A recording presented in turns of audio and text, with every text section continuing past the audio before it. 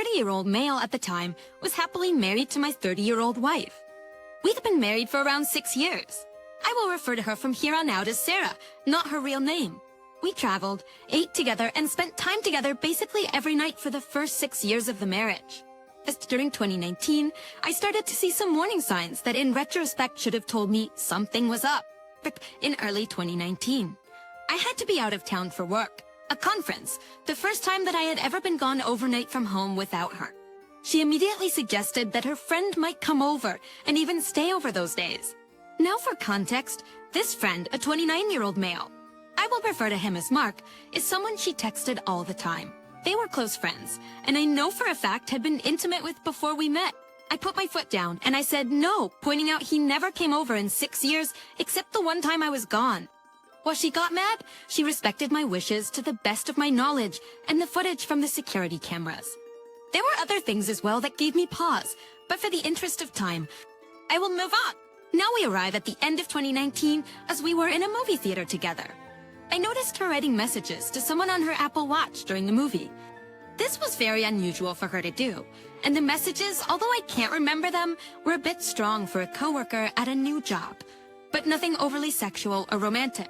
I asked her about it after the movie, and she brushed it off.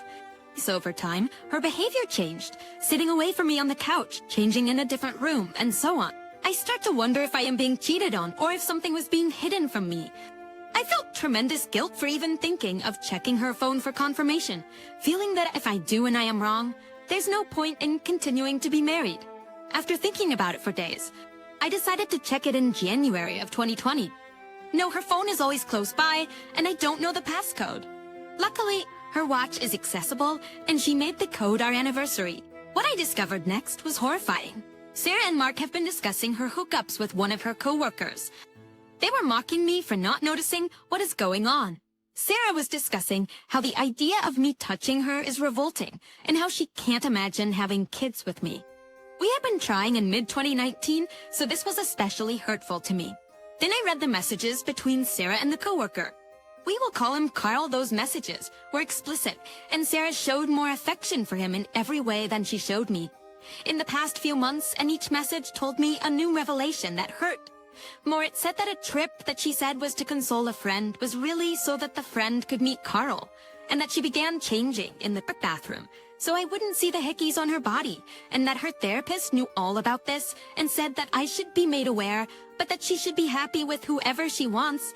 I stayed up till 3 or 4 in the morning, reading these messages and taking pictures of everything. I didn't sleep that night. My jaw clenched so hard all night that it caused issues for months. She left for work, and I was off that day, and my first phone call was to a lawyer. I went to ask him what my options were and what I could say to her when I confront her so as not to do or say anything illegal. I waited for her to come home, reading over the messages to confirm it wasn't the worst dream I ever had. When I confronted her, I told her what I knew without revealing. I had been in her text messages. I told her I spotted the hickey, a lie. But she mentioned it in the messages that I knew she was texting someone. She lied and tried to argue that it was someone else that gave her the hickey. But finally, I read a message from her watch.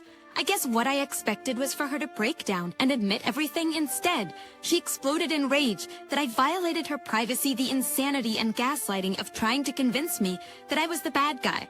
Blew me away. She stormed out of the house and disappeared for 3 days. No communication as to where she was. Till this day, I only know a small part about where she went or what she did when she came back. She told me she wanted us to try to fix things and spend some time together. It didn't go.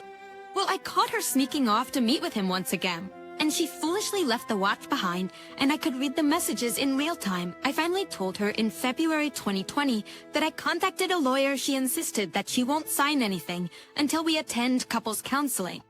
I humored, but it went off the rails immediately after I explained that we were here because she had an affair. But she argued against my word choice and claimed that affair was too strong a word. She also lied about the fact that she cheated on me before Carl, the married man. Something I discovered at a later date going through her watch once again.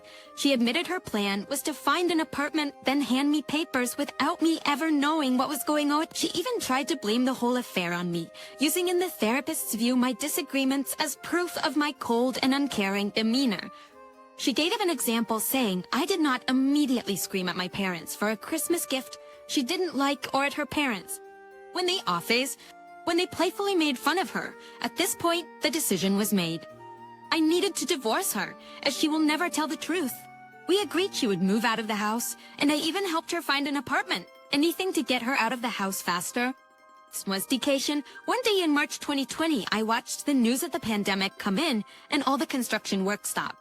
Her apartment was almost ready, but it was being renovated. Now, there was nowhere for her to go, so I was stuck in the house with her from March to June of 2020. For those wondering, she has enough legal knowledge to know that leaving would make her case harder and might still have to pay expenses. Those 3 or so months were chaos. Trying to do my job and live in a house with the person who had wronged me and ridiculed me was unbearable at times. We tried as best as we could to keep it civil and not scream at each other every time we passed each other. Imagine spending 90+ days cooking meals, passing by and seeing no one else in the world but the person who ended your marriage and broke your heart. I was essentially locking myself in a room for 8 hours, then doing yard work or working out to avoid speaking with her. She moved out for the most part in late June, once the world started to open up a bit, and had all of her items out by July. Knowing that I wanted the house, she definitely manipulated the situation to her advantage to avoid her being publicly shamed.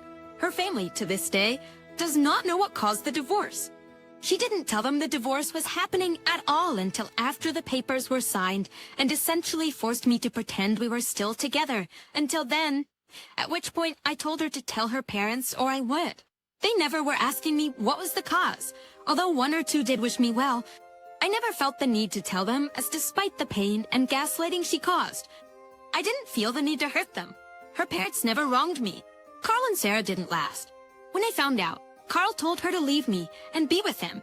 But she tried to mend our relationship and he walked away from her, so she ended up with no one. Sarah and I rarely speak now unless it's absolutely necessary, which is rare. I've wondered at times if maybe I was wrong for not quickly outing her infidelity. The people who are important to me know the truth.